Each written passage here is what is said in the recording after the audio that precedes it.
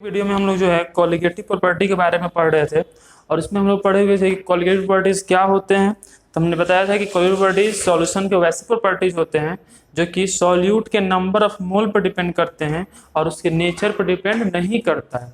वैसा प्रॉपर्टी क्या कहलाता है? कॉलिगेटिव प्रॉपर्टी कहलाता है। और इनको हम क्या बोलते हैं कि those property of solution which depends on the number of mole of solute and not on the nature of solute are known as colligative properties। हम लोग जो आज का टॉपिक जो हम लोग पढ़ने जा रहे हैं वो है about colligative property.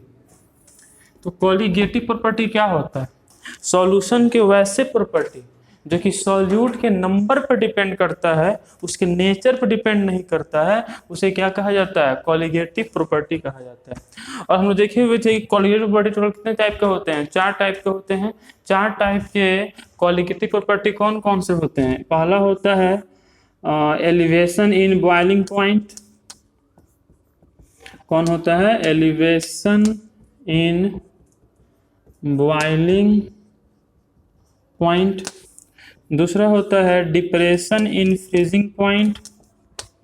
Depression in freezing point. तीसरा होता है relative lowering in vapour pressure. Relative lowering in vapour pressure. और चौथा होता है osmosis and osmotic pressure. Osmosis and osmotic pressure. तो ये 4 होते हैं कॉलिगेटिव प्रॉपर्टी। 4 प्रॉपर्टी कौन कौन से हैं? एक है एलिवेशन इन बॉइलिंग पॉइंट, दूसरा है डिप्रेशन इन फ्रीजिंग पॉइंट, तीसरा है relative lowering in vapour pressure और फोर्थ है ऑस्मोसिस एंड ऑस्मोटिक प्रेशर। जिसको हम लोग 1 बाय 1 पढ़ेंगे। पहले हम लोग पढ़ेंगे एलिवेशन इन बॉइलिंग पॉइंट। तो डालिएगा कॉपी में heading elevation in boiling point. देखिए एलिवेशन इन बॉइलिंग पॉइंट क्या होता है, उसके लिए पहले आप ये समझिए कि बॉइलिंग पॉइंट क्या होता है। ठीक है, बॉइलिंग पॉइंट किसे कहते हैं? देखिए बॉइलिंग पॉइंट क्या है? सॉल्यूशन के वैसे बॉइलिंग पॉइंट क्या है?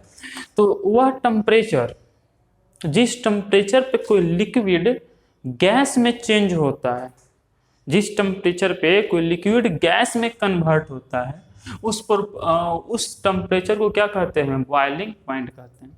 बॉइलिंग पॉइंट क्या है? That temperature at which any liquid changes into the its vapour state is known as boiling temperature और बॉइलिंग पॉइंट। तो ये ऐसा डेफिनेशन है जो कि आप लोग 9th-10th क्लास से ही पढ़ते आते हैं। अगर थोड़ा हम अच्छे से बोले बॉइलिंग पॉइंट के बारे में, तो बॉइलिंग पॉइंट क्या है? जिस टेम्परेचर पे किसी लिक्विड का वेपर प्रेशर एटमॉस्फेरिक प्रेशर के बराबर हो जाता है, उस टेम्परेचर को बॉइलिंग पॉइंट कहा जाता है। फिर सुनिए, that temperature at which vapour pressure of any liquid gets equal to the atmospheric pressure is known as boiling point. जिस टेम्परेचर पे किसी लिक्विड का वेपर प्रेशर उसके एटमॉस्फेरिक प्रेशर के बराबर हो जाए, उस टेम्परेचर को ही क्या कहा जाता है? बॉइलिंग पॉइंट कहा जाता है। ठीक है, तो जैसे कि मान लीजिए कि यहाँ पर अगर कोई लिक्विड प्रेजेंट है, ठीक है, कोई लिक्विड यहाँ पर प्रेजेंट है। अब ये लिक्विड क्या करेगा? ये लिक्विड जो है वेपर बनाएगा। अगर लिक्विड रखा हुआ है और ये लिक्विड अगर वोलाटाइल है, हमको पता है कि 2 तरह के लिक्विड हो सकता है। कौन कौन? एक हो सकता है वोलाटाइल, एक हो सकता है नॉन वोलाटाइल। तो अगर ये लिक्विड वोलाटाइल है तो इसका वेपर फॉर्म होगा। वेपर फॉर्म होगा तो वेपर कहाँ आएगा? वेपर ऊपर आएगा। आएगा कि नहीं आएगा? है ना। तो मान लो कोई सॉल्वेंट है और सॉल्वेंट कौन है? ये मान लो कि सॉल्वेंट ए है और इसका वेपर फॉर्म हुआ, वेपर यहाँ पर आया। ठीक है, और मान लो कि इसका बॉइलिंग टेम्परेचर जो है ये T0B है।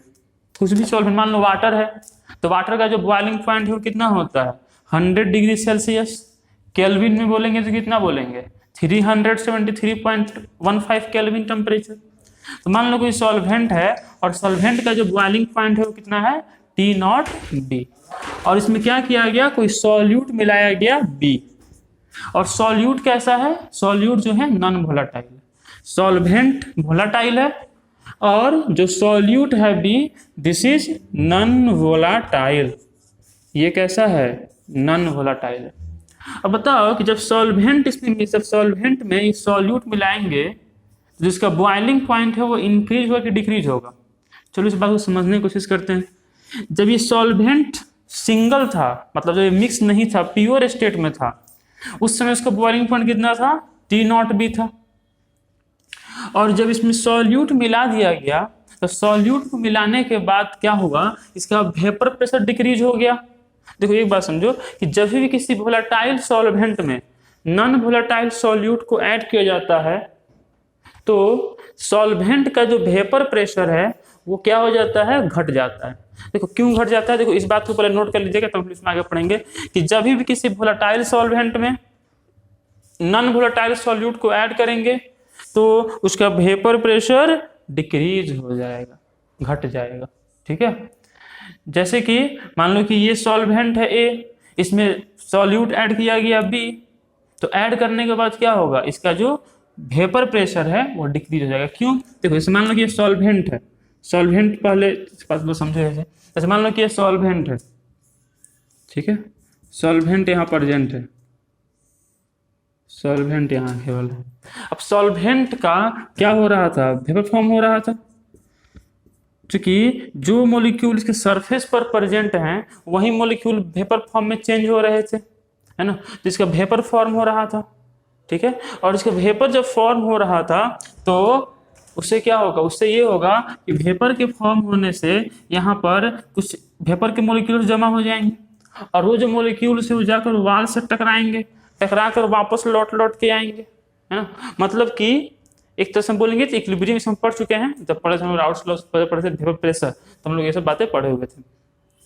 अब मान लो क्या किया गया कि इसमें कोई सॉल्यूट ऐड किया गया और वो सॉल्यूट कैसा है, वो सॉल्यूट जो है वो नॉन वोलेटाइल सॉल्यूट है। अगर नॉन वोलेटाइल सॉल्यूट इसमें ऐड किया गया तो नॉन वोलेटाइल सॉल्यूट ऐड करने के बाद क्या होगा, जिसका वेपर प्रेशर है वह इंक्रीज होगा या डिक्रीज हो जाएगा। क्योंकि जैसे ही नॉन वोलेटाइल सॉल्यूट ऐड करेंगे तो सॉल्यूट पूरा इस सॉल्यूशन में फैल जाएगा, और जब पूरे सॉल्यूशन में फैलेगा मतलब वो सरफेस पर भी आ जाएगा, आएगा कि नहीं। और जब सरफेस पर भी आ जाएगा तो सरफेस से फिर क्या होगा, सरफेस पर जो सॉल्वेंट है उसका कंसंट्रेशन घट गया, और जब सॉल्वेंट का कंसंट्रेशन घट गया कहाँ पर, सरफेस पर, ठीक है, तो जो वेपर उसका बन रहा था वेपर भी क्या हो गया, कम हो गया। क्योंकि पहले तो केवल सॉल्वेंट था यहाँ पर, तो सॉल्वेंट के मॉलिक्यूल वेपर में चेंज हो रहे थे, अब उसमें क्या कर दिया गया, सॉल्यूट भी मिलाते हैं क्या, तो सॉल्यूट को मिलाने के बाद जो वेपर है वो क्या हो जाएगा, घट जाएगा, तो वेपर प्रेशर भी क्या हो जाएगा, घट जाएगा। तो वेपर प्रेशर मतलब क्या हो जाता है, घट जाता है। लिखना इस बात को पॉइंट बनाकर कि when non volatile solute is added to volatile solvent then vapour pressure gets decreases. ठीक है, इस बात को एकदम ध्यान रखिए, जब भी किसी वोलेटाइल सॉल्वेंट में नॉन वोलेटाइल सॉल्यूट को ऐड किया जाता है तो वेपर प्रेशर घट जाता है, इस बात को एकदम याद रखना है। ठीक है, तो ये कोई वोलेटाइल सॉल्वेंट है, इसमें नॉन वोलेटाइल सॉल्यूट को ऐड किया जाएगा तो वेपर प्रेशर क्या हो जाएगा, इसका घट जाएगा। ठीक है, और ठीक है, अब यहाँ आते हैं एलिवेशन बॉइलिंग पॉइंट। तो मान लो कि ये सॉल्वेंट था और सॉल्वेंट का जो बॉइलिंग पॉइंट था वो क्या था, टी नॉट बी, और इसमें क्या किया गया, कोई सॉल्यूट मिलाया गया। सॉल्यूट कौन मिलाया गया, बी मिलाया गया सॉल्यूट। अब जब बी सॉल्यूट मिलाया जाएगा तो वेपर प्रेशर क्या हो जाएगा, घट जाएगा। तो जब वेपर प्रेशर घट जाएगा तो फिर से इसका वेपर बढ़ाने के लिए, मतलब फिर से जो वेपर जितना पहले बन रहा था जब सॉल्यूट इसमें नहीं था उतना ही वेपर फिर बनाने के लिए हमको क्या करना पड़ेगा, इसमें टेम्परेचर को इंक्रीज करना पड़ेगा। क्योंकि हम लोग जानते हैं कि वेपर प्रेशर दो ही चीज पर डिपेंड करता है, एक डिपेंड करता है टेम्परेचर पे और एक डिपेंड करता है किस पे, इंटरमोलिक्यूलर फोर्स पे। जितना ज्यादा टेम्परेचर उतना ज्यादा क्या होता है, वेपर प्रेशर। जितना स्ट्रॉन्ग इंटरमोलिक्यूलर फोर्स उतना कमजोर होता है, उतना कम होता है वेपर प्रेशर। तो अब यहाँ पर क्या होगा कि जैसे यहाँ पर नॉन वोलेटाइल सॉल्यूशन में ऐड करेंगे तो जो वेपर प्रेशर है वो डिक्रीज कर जाएगा, और वेपर प्रेशर जब डिक्रीज कर गया तो हमको फिर से उतना ही वेपर फिर से बनाने के लिए हमको टेम्परेचर बढ़ाना पड़ेगा। मतलब टेम्परेचर बढ़ाना पड़ा मतलब क्या हुआ, इसका बॉइलिंग पॉइंट बढ़ गया। मतलब पहले मान लो कि टी नॉट बी था, जब इसमें सॉल्यूट नहीं मिला हुआ था, जब इसमें सॉल्यूट नहीं मिला हुआ था तो उस समय, ठीक है, जो वेपर पे जो इसमें बॉइलिंग पॉइंट था वो टी नॉट भी था, और बाद में क्या हो गया, बाद में टीबी हो गया। ठीक है, बाद में जो वेपर प्रेशर है वो क्या हो गया, बाद में वेपर प्रेशर जो है घट गया। वेपर प्रेशर घटने से बॉइलिंग पॉइंट क्या हो गया, बढ़ गया। पूछा जाए कि बॉइलिंग पॉइंट में कितना एलिवेशन हुआ, मतलब कि देखो एलिवेशन मतलब क्या होता है, इंक्रीज होना। पूछा जाए कि बॉइलिंग पॉइंट में कितना एलिवेशन हुआ, what is elevation in boiling point. Boiling point में एलिवेशन कितना होगा, तो देखो पहले बॉइलिंग पॉइंट कितना था, टी नॉट बी, और बाद में कितना हो गया, टी बी। दोनों में से बड़ा कौन है, टी बी की T not B, T B बड़ा है, क्योंकि सॉल्यूट मिलाने से वेपर प्रेशर डिक्रीज कर गया, वेपर प्रेशर डिक्रीज करने से टेम्परेचर बढ़ गया, तो सबसे बड़ा कौन हुआ, टी बी, माइनस क्या लिखेंगे, टी नॉट बी। और चूंकि यहाँ पर फाइनल माइनस इनिशियल है, इसके लिए यहाँ पर मतलब चेंज हम दिखा रहे हैं, और चेंज के लिए क्या यूज होता है, डेल्टा। तो ये क्या हो जाएगा, बोलो, डेल्टा टी बी। तो यहाँ पर हम क्या लिखेंगे कि delta T B is equal to T B minus T not B. बोलो होगा कि नहीं है। तो एलिवेशन इन बॉइलिंग पॉइंट क्या हुआ, TB minus T not B, where TB is what, TB is the boiling temperature of solution. T not B क्या है, टी नॉट बी जो है वो boiling point of pure solvent है। अब दोनों को माइनस करेंगे तो क्या आएगा, एलिवेशन इन बॉइलिंग पॉइंट आएगा। तो एलिवेशन इन बॉइलिंग पॉइंट क्या हुआ, TB minus T not be, TB minus T not be.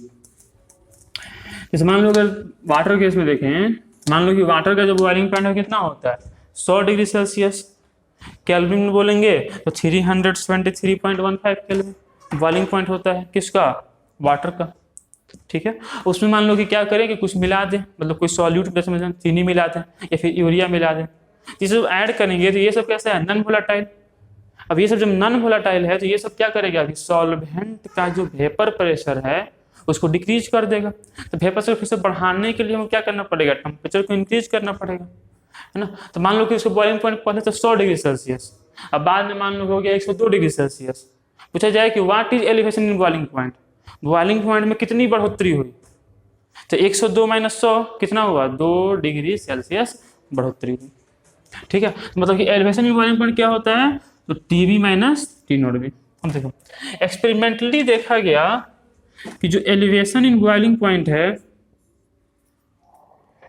वो डायरेक्टली प्रोपोर्शनल होता है मोलालिटी के। एम क्या है, एम है मोलालिटी। जो एलिवेशन इन बॉइलिंग पॉइंट है वो डायरेक्टली प्रोपोर्शनल होता है किसके, मोलालिटी के प्रोपोर्शनल होता है। देखिए यहाँ प्रोपोर्शनलिटी का साइन हटेगा तो यहाँ एक कांस्टेंट आ जाएगा, कांस्टेंट आ जाता है कौन, के बी इंटू एम। यहाँ पर के बी जो है, देखो समझे क्या बोले, एक्सपेरिमेंटली ये देखा गया, प्रैक्टिकली ये देखा गया, एक्सपेरिमेंटली देखा गया कि जो डेल्टा टीबी है, मतलब जो एलिवेशन इन बॉइलिंग पॉइंट है, वह मोलालिटी के प्रोपोर्शनल होता है। और जब प्रोपोर्शनलिटी का साइन हटेगा तो एक कांस्टेंट आ जाएगा, कांस्टेंट आ गया कौन, के बी। के बी को बोला जाता है, क्या बोला जाता है, मोलल एलिवेशन कांस्टेंट। क्या बोला जाता है, मोलल एलिवेशन कांस्टेंट। या फिर इसी का एक और नाम और भी होता है, इब्यूलोस्कोपिक कांस्टेंट। क्या बोलते हैं इसको, इब्यूलोस्कोपिक कांस्टेंट। ठीक है, देखो फिर से समझो। सबसे मेन पॉइंट क्या है कि when non volatile solute is added to volatile solvent then its vapor pressure increases, vapor pressure decreases, and that's why its boiling point increases. This is known as elevation in boiling point. तो experimentally क्या देखा गया कि जो delta TB होता है, मतलब कि जो एलिवेशन इन बॉइलिंग पॉइंट होता है, वो मोलालिटी के प्रोपोर्शनल होता है। समझते हैं molality, mole per KG, number of mole of solute by mass of solvent in KG, होता है मोलालिटी। और जब प्रोपोर्शनलिटी का साइन हटा तो यहाँ एक कांस्टेंट आ गया, कांस्टेंट कौन आ गया, केवी, और केवी को क्या बोलते हैं, मोलर एलिवेशन कांस्टेंट, या फिर इसी को क्या कहते हैं, इब्यूलोस्कोपिक कांस्टेंट। तो डेल्टा टीवी इक्वल टू क्या हो गया, केवी इंटू एम। हमको यहाँ पर क्या करना है, केवी का वैल्यू निकालना है और केवी के लिए यूनिट फाइंड करना है। तब केवी का वॉल्यूम वैल्यू कैसे निकलेगा, तो केवी की वैल्यू कैसे निकलेगा, फिर हम एम को 1 कर दें, इधर जो भी होगा केवी का वैल्यू हो जाएगा।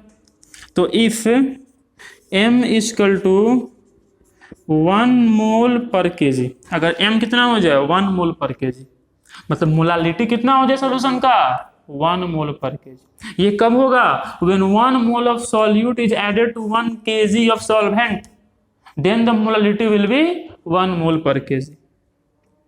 तो अगर m हो जाए 1 मोल पर केजी, तो हम क्या लिख सकते हैं कि डेल्टा टीवी इक्वल टू हो जाएगा kb। तो हम कह सकते हैं kb को मान लो इतना पहले लिख लिए, क्या क्या लिखना था, पहले लिखना कि एलिवेशन इन बॉइलिंग पॉइंट, आपको पीडीएफ भी इसका मिल जाएगा, ठीक है। अब लिखना है इसको कि एलिवेशन इन बॉइलिंग पॉइंट क्या है, तो when non volatile solute is added to volatile solvent, then its vapor pressure increases, the vapor pressure decreases, due to which its boiling point increases. This is known as elevation in boiling point. अगर शुरू में boiling point TB है, T0 भी है, जो बाद में बढ़ के TB हो जाता है, तो elevation in boiling point कितना हुआ, TB माइनस T0 भी। तो डेल्टा TB इक्वल टू क्या हुआ, TB माइनस T0 भी, ठीक है। ऐसा देखा कि एक्सपेरिमेंटली कि जो एलिवेशन इन बॉइलिंग पॉइंट है वह मोलालिटी के प्रोपोर्शनल होता है, मोलालिटी के प्रोपोर्शनल होता है कौन, elevation in boiling point. Proportionality का साइन था तो कांस्टेंट आ गया केबी, तो डेल्टा टीबी इक्वल टू क्या हो गया, केबी इंटू एम। और केबी को क्या बोलते हैं, मोलर एलिवेशन कांस्टेंट, या फिर क्या बोलते हैं, इब्यूलोस्कोपिक कांस्टेंट। अब वो केबी का वैल्यू निकालना है, कैसे निकालेंगे, अगर मोलालिटी को 1 मान लें तो केबी डेल्टा टी के इक्वल हो जाएगा। मतलब कि हम कह सकते हैं कि molar elevation constant can be defined as elevation in boiling point if molality of solution is unity, if molality of solution is unity. मतलब कि अगर सॉल्यूशन का मोलालिटी 1 मोल पर केजी है तो जो एलिवेशन इन बॉइलिंग पॉइंट है वह molar elevation constant के इक्वल होता है। बात समझे, ऐसे डिफाइन करते हैं। अभी इसका यूनिट निकाल लेते हैं। देखो क्या होता है, delta TB equal to KB into M. तो केबी इक्वल टू क्या हो जाएगा, delta TB by M. Delta TB क्या है, टेम्परेचर, टेम्परेचर क्या होता है, केल्विन, टेम्परेचर का यूनिट क्या होता है, केल्विन। एम क्या है, मोलालिटी, मोलालिटी का यूनिट क्या होता है, मोल पर केजी। तो क्या हो गया, मोल केजी इनवर्स। ऊपर गया तो इसका यूनिट क्या हो जाएगा, केल्विन केजी मोल इनवर्स। तो केवी का जो यूनिट होगा वो क्या हो जाएगा, kelvin kg mole inverse, kelvin kg mole inverse, kelvin kg mole inverse. इसका यूनिट हो जाएगा किसका, केवी का। केवी का जो यूनिट है कितना हो जाएगा, केल्विन केजी मोल इनवर्स, ठीक है। अब केवी डिफाइन कैसे करते हैं, तो इसको क्या बोलते हैं, मोलर एलिवेशन कांस्टेंट। तो molar elevation constant can be defined as elevation in boiling point if molality of solution is unity, और we can say that molar elevation constant is equal to elevation in boiling point if 1 mole of solute is added to 1 kg of solvent. This is the definition of Kb or definition of molar elevation constant. And what is its unit? Its unit is Kelvin kg mole inverse, Kelvin kg per mole या Kelvin kg mole inverse, ठीक है। अब हम लोग क्या करते हैं कि हम लोग थोड़ा सा और देखते हैं फार्मूला को अच्छे से। देखो फार्मूला क्या था, delta TB, delta TB is equal to KB into M. What is delta TB, delta TB is elevation in boiling point. What is KB? KB is molar elevation constant. What is small M? Small M is molality. तो delta TB equal to क्या होता है? KB into M. अब यहां पर देखो M क्या है? मोलालिटी। और मोलालिटी का हम लोग को फॉर्मूला पता है कि मोलालिटी क्या होता है? मोलालिटी होता है number of mole of solute by mass of solvent in KG. मतलब कि m क्या है? मोलालिटी। अब मोलालिटी क्या होता है? मोलालिटी होता है NB by WA। NB is what? NB is number of mole of solute and what is WA? WA is mass of solvent which is taken in KG. तो हम लोग यहाँ क्या करते हैं कि m का वैल्यू जो होता है NB बाई WA उसको यहाँ पुट कर सकते हैं। तो पुट करेंगे तो क्या हो जाएगा बोलो? डेल्टा TB बराबर KB इंटू m की जगह क्या हो जाएगा? NB बाई WA हो जाएगा। अब देखो n क्या है? n है नंबर ऑफ मोल। और नंबर ऑफ मोल क्या होता है? नंबर ऑफ मोल क्या होता है? Given mass by molar mass. तो गिवन मास क्या हो जाएगा? WB और मोलर मास क्या हो जाएगा? MB। तो NB बराबर क्या हो गया? WB बाई MB, है ना? पता है ना मोल? पता है ना मोल क्या होता है? Given mass by molar mass. What is symbol of given mass? W। और symbol of molar mass capital M। अब NB की जगह हम इसको रख देंगे तो डेल्टा TB बराबर क्या हो जाएगा? KB इंटू NB की जगह क्या आ गया? WB by MB into WA। तो डेल्टा TB बराबर क्या हुआ? KB into WB by MB into WA। Where delta TB is what? Delta TB is elevation in boiling point. Elevation in boiling point. KB क्या है? KB है molar elevation constant. WB क्या है? WB है mass of solute. MB क्या है? MB है molar mass of solute. WA क्या है? WA है mass of solvent in KG. ठीक है, तो देखो इसमें से कोई भी 4 वैल्यू दे देगा। अब 5वां वैल्यू अगर पूछे तो हम इस फार्मूला का एकदम रट्टा हुआ होना चाहिए कि delta TB equal to KB into W by MB into WA। ठीक है, KB क्या है? KB is molar elevation constant. इसका यूनिट क्या होता है? Kelvin kg mole inverse. और डेल्टा TB क्या है? Elevation in boiling point. WB क्या है? Mass of solute. MB क्या है? Molar mass of solute. WA क्या है? मास ऑफ सॉल्वेंट, जो किस में लेना होता है? केजी में लेना होता है। तो इसको पहले नोट कीजिए, वीडियो को पॉज करो, इसको नोट करो, वीडियो को पॉज करके नोट कीजिएगा। मेन चीज यही है, देखो ये याद रहना चाहिए। और यहाँ भी पता नहीं चाहिए कि डेल्टा TB क्या है? डेल्टा TB है एलिवेशन इन बॉइलिंग पॉइंट। और एलिवेशन इन बॉइलिंग पॉइंट क्या होता है? ये होता है TB माइनस T0B, मतलब कि boiling point of solution minus boiling point of solvent. This is what? This is boiling point of solution and this is boiling point of solvent. तो TB minus T0B क्या है? Delta TB। अगर आपको ये जो formula याद है तो फिर आपको इस टॉपिक में कोई दिक्कत नहीं होगा। ठीक है, मतलब इसमें देखो, इसमें से निश्चित 5 number question 6 number question board में आना ही है। और वो क्वेश्चन आएगा तो आप यहाँ से और यहाँ से बना सकते हैं। यहाँ तक जो अगला टॉपिक है उसमें भी सेम कॉन्सेप्ट यूज होगा।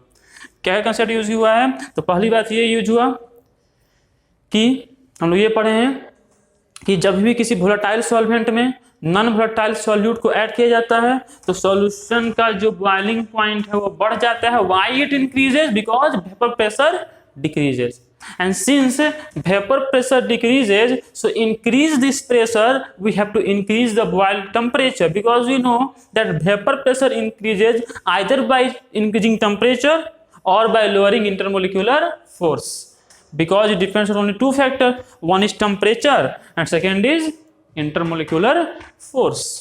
तो डेल्टा TB इक्वल टू क्या हो गया? KB into WB by MB into WA। चलो इस पर एक क्वेश्चन कर लेते हैं, एकदम सिंपल क्वेश्चन लिख देते हैं पहले।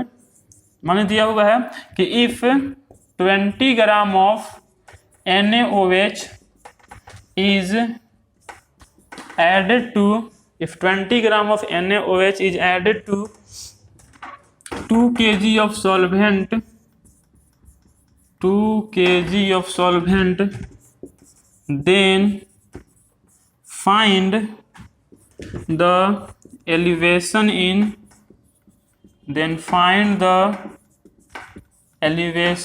boiling point where Kb is given as suppose 0.01. Kb के वैल्यू अलग अलग होता है, कांस्टेंट है लेकिन फिर भी ये फिक्स कांस्टेंट नहीं है, ठीक है। तो हर एक क्वेश्चन में Kb का वैल्यू दिया हुआ रहेगा और यूनिट क्या होता है Kb का, केल्विन kg मोल इनवर्स। तो if 20 gram of NaOH is added to 2 kg of solvent then find the elevation in boiling point। Okay, तो फॉर्मूला कौन सा लगेगा, ये वाला फॉर्मूला क्या होता है, delta TB equal to KB into WB by MB into WA, this is formula. So we have to find what, we have to find delta TB। हम लोग क्या निकालना है इसमें से, डेल्टा TB निकालना है। तो डेल्टा TB निकालते हैं, डेल्टा TB निकालना है, यही तो है एलिवेशन इन बॉइलिंग पॉइंट, ये निकालना है।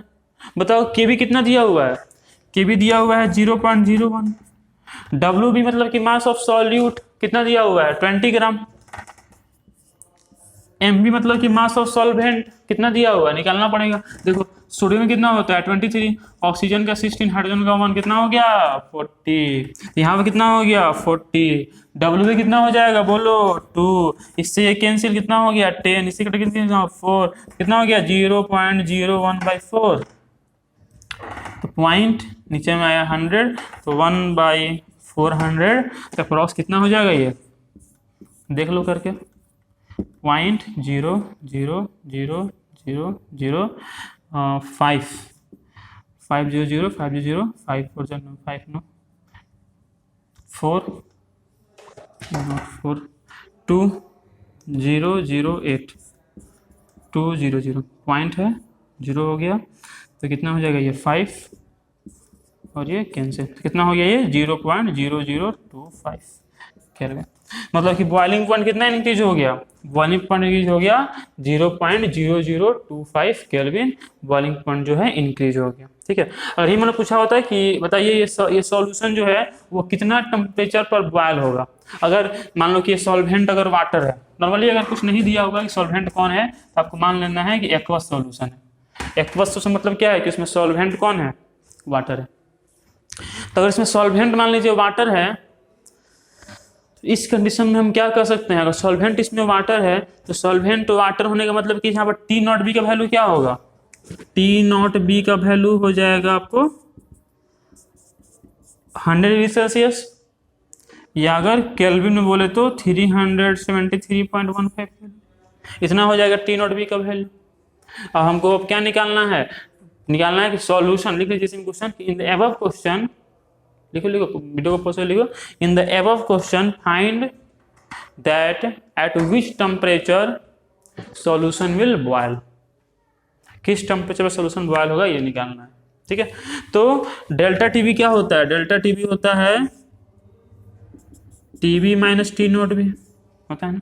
हमको क्या करना है TB निकालना है, तो माइनस में इधर क्या जाएगा प्लस में हो जाएगा, तो TB बराबर क्या हो जाएगा डेल्टा TB प्लस T0B हो जाएगा ना, delta TB plus T0B।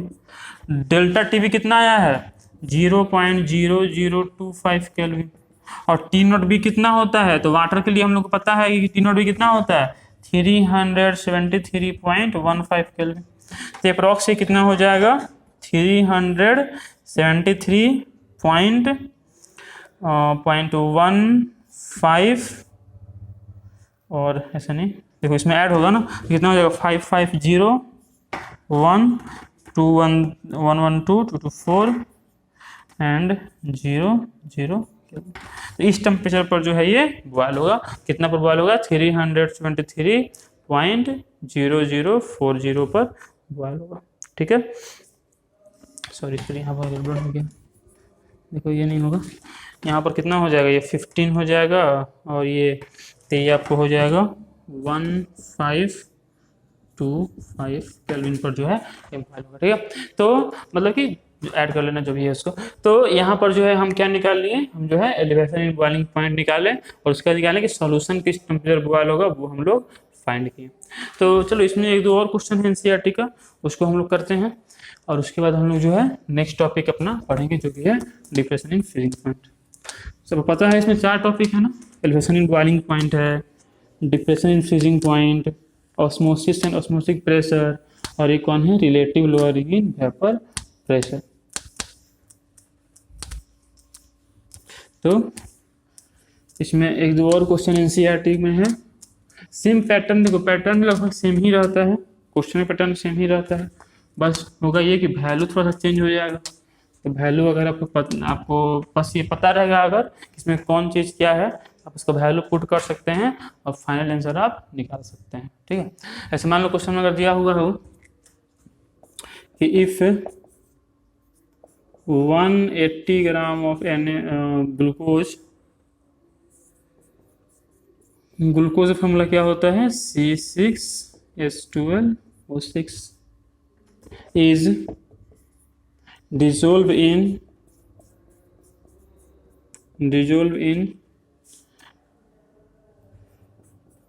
2 kg of water,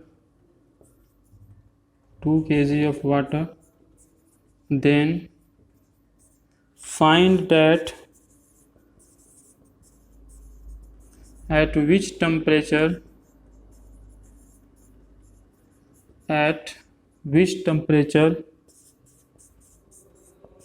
solution will boil। देखो इसमें क्या करना है आपको, इसमें जो क्वेश्चन देखो होगा तो क्वेश्चन लगभग सेम पैटर्न है, ठीक है। बस इसमें क्या किया है कि 180 gram of glucose is dissolve in 2 kg of water, then find that at which temperature solution is boil. मतलब आपको यहाँ पर क्या करना है कि सॉल्यूशन का क्या बॉइलिंग पॉइंट है वो फाइंड करना है, मतलब कि वो फाइंड क्या करना है, टीबी फाइंड करना है। देखो तो टीबी कैसे फाइंड होगा, आपको टी नॉट बी पता है क्योंकि ये वाटर है, और वाटर के लिए हमको पता है कि टी नॉट बी का वैल्यू क्या होता है, यही 100 डिग्री सेल्सियस, या फिर अगर बोलेंगे केल्विन में तो क्या हो जाएगा 373.15 केल्विन। अगर हमको डेल्टा टीबी मालूम चल जाए, डेल्टा टीबी अगर हम निकाल लें तो वहाँ से हम टीबी फाइंड कर सकते हैं, जैसे हम लोग इस क्वेश्चन में किए थे। चलो इसको करो खुद से, बेहतर होगा क्वेश्चन को पॉज करो और खुद से इसको ट्राई करो खुद से, कर लिए। चलो हम करते हैं। तो इसमें क्या दिया है, 180 ग्राम ऑफ ग्लूकोज, मतलब कि WB मास ऑफ सॉल्यूट कितना दिया हुआ है, 180 ग्राम दिया हुआ है। ग्लूकोज दिया है, बताओ ग्लूकोज का मोलर मास कितना होगा, तो निकालना पड़ेगा। ग्लूकोज फॉर्मूला क्या होता है, C6H12O6। कार्बन का मास कितना होता है 12, कितना कार्बन है 6, 12 इंटू 6।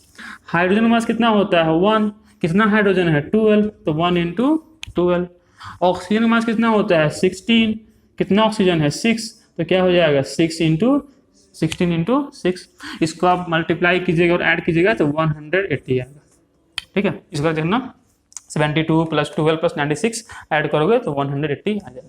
मतलब कि mass of molar mass of solute की कितना दिया हुआ है 180 ग्राम, और वो कितना सॉल्वेंट में प्रेजेंट है 2 kg ऑफ वाटर। मतलब जो सॉल्वेंट है, जो WA है, ये कितना दिया हुआ है 2 kg। और हम बोले थे कि हर एक क्वेश्चन में केवी दिया हुआ रहेगा, तो मान लो इसमें केवी दिया हुआ है 0.1 और केवी का यूनिट क्या बतलाए थे, केल्विन केजी मोल इनवर्स। देखो यहाँ भी दिया हुआ था, कितना दिया था 0.01 केल्विन केजी मोल इनवर्स। हर एक क्वेश्चन में केवी दिया रहेगा, कांस्टेंट है लेकिन फिक्स कांस्टेंट नहीं है, ठीक है। तो केवी दिया हुआ है, कितना दिया हुआ है केवी 0.1 केल्विन केजी मोल इनवर्स।